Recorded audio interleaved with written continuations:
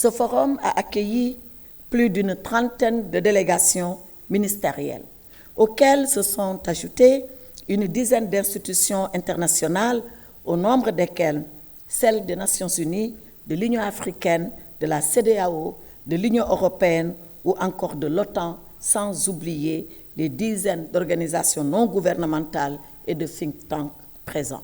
Voilà donc l'éventail de représentation de ce forum. Qu'il me soit donc permis ici de remercier toutes les délégations étrangères, mais surtout les experts de haut niveau que vous êtes, qui ont contribué de façon considérable à la richesse des débats tout au long de ces 2 jours.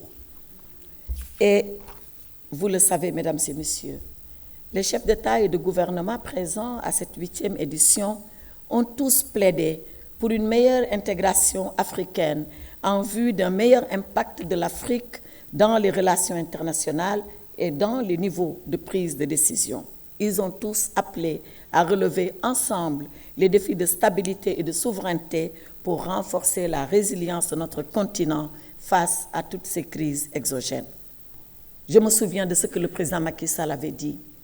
Il avait dit que la sécurité doit être gérée comme un volet du développement.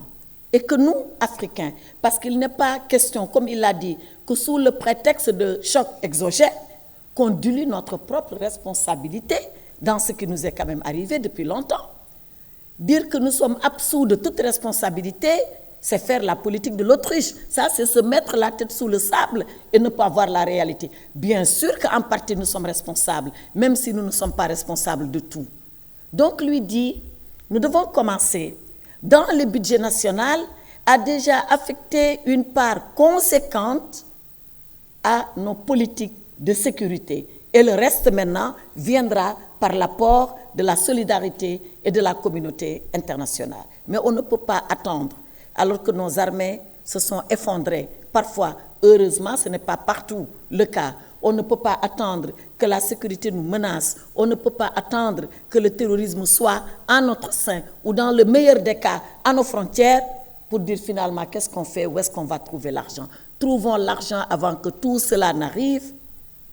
Et que si par extraordinaire, malgré tout quand même cela arrivait, que nous puissions faire face et dès les premiers jours, dès les premières heures, dès les premiers instants, à la menace qui tombe sur nous. Et il a donné l'exemple de ce qui s'est passé en Afrique de l'Est, quand il a fallu tout de suite rendre opérationnelle une force d'intervention pour qu'aux 3 frontières de l'Afrique de l'Est, entre l'Ouganda, le Rwanda et la RDC, rapidement, qu'on puisse être opérationnel et éviter le pire. Et on l'a évité. Le Sénégal a mis 100 millions, 1 million d'euros, je crois, ça, Général Cissé.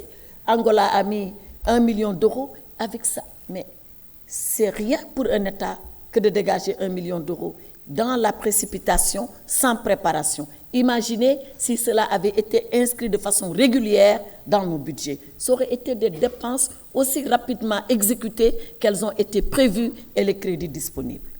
Voilà ce que nous pouvons faire dans l'anticipation en ayant en tête la conviction que la sécurité, c'est d'abord un élément du développement. Ce qui fait qu'avant de définir nos politiques économiques, on aurait déjà pensé à la sécurité. La poursuite des travaux autour de toutes ces idées qui ont été agitées par le président Macky Sall, par ses hôtes et par vous-même qui avez pris le relais, a permis de replacer les questions de souveraineté et de sécurité au cœur des enjeux de l'heure et à l'aune des crises globales.